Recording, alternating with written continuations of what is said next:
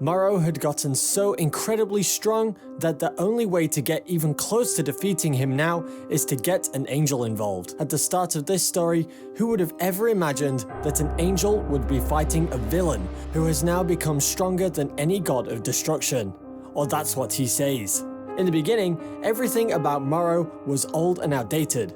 He had been locked up for millions of years fighting against the gods of Universe 7, and then on the other side you have the Galactic Patrol, which was where Miras was introduced. He was sent down there for the experience of what a mortal world really is like, but as time went on, he grew attached to the mortals more and more so, to where now we're having this final confrontation between Morrow, a being stronger than a god of destruction, versus Miros, a very young angel. It's one of those moments now where it's pretty good to look back on the old chapters and seeing how things add up, seeing if anything that was said in the previous chapters holds any weight. Right now, and as far as Mira's first Morrow goes, there absolutely is earlier on in the story arc. It showed the Grand Priest talking to Whis, and they were talking about mirrors and more specifically the angelic law.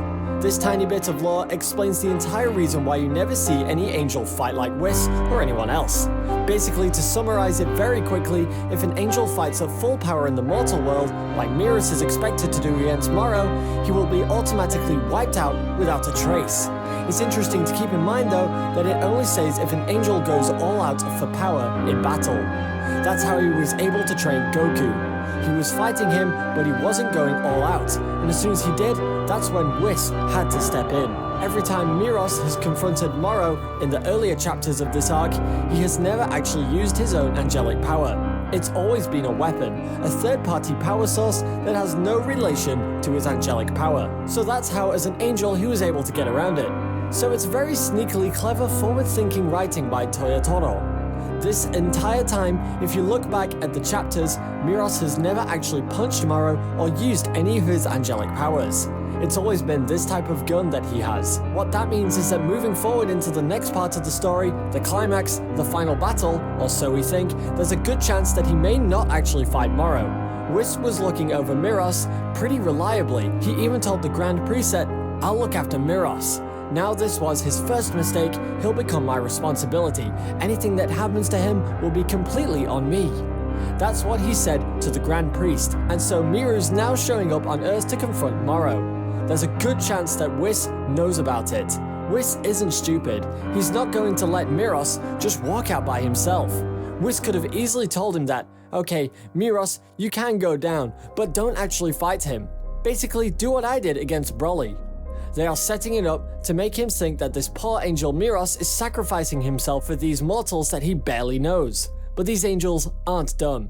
Whis has even gotten involved a few times in the prior series, and he seems to be fine. Angels have perspective on the entire multiverse. All they need to do is look into their staff and they can see anything they want. Nothing escapes them, and so there's even the idea that Miras is breaking the angelic law. They'll definitely know about it. Miras couldn't have just snuck off here by himself. He probably got the OK sign from Whis as long as he didn't use his full power. So it's this weird dilemma of you have a guy that could easily take down Morrow in Miras, but if he does, he dies. It is kind of sneaky though when you think of it like that. When Miras shot Morrow with his gun, he actually put some of his own angelic energy into it. Is that breaking the angelic law? Probably not, if it's not full power, but it's something to mention.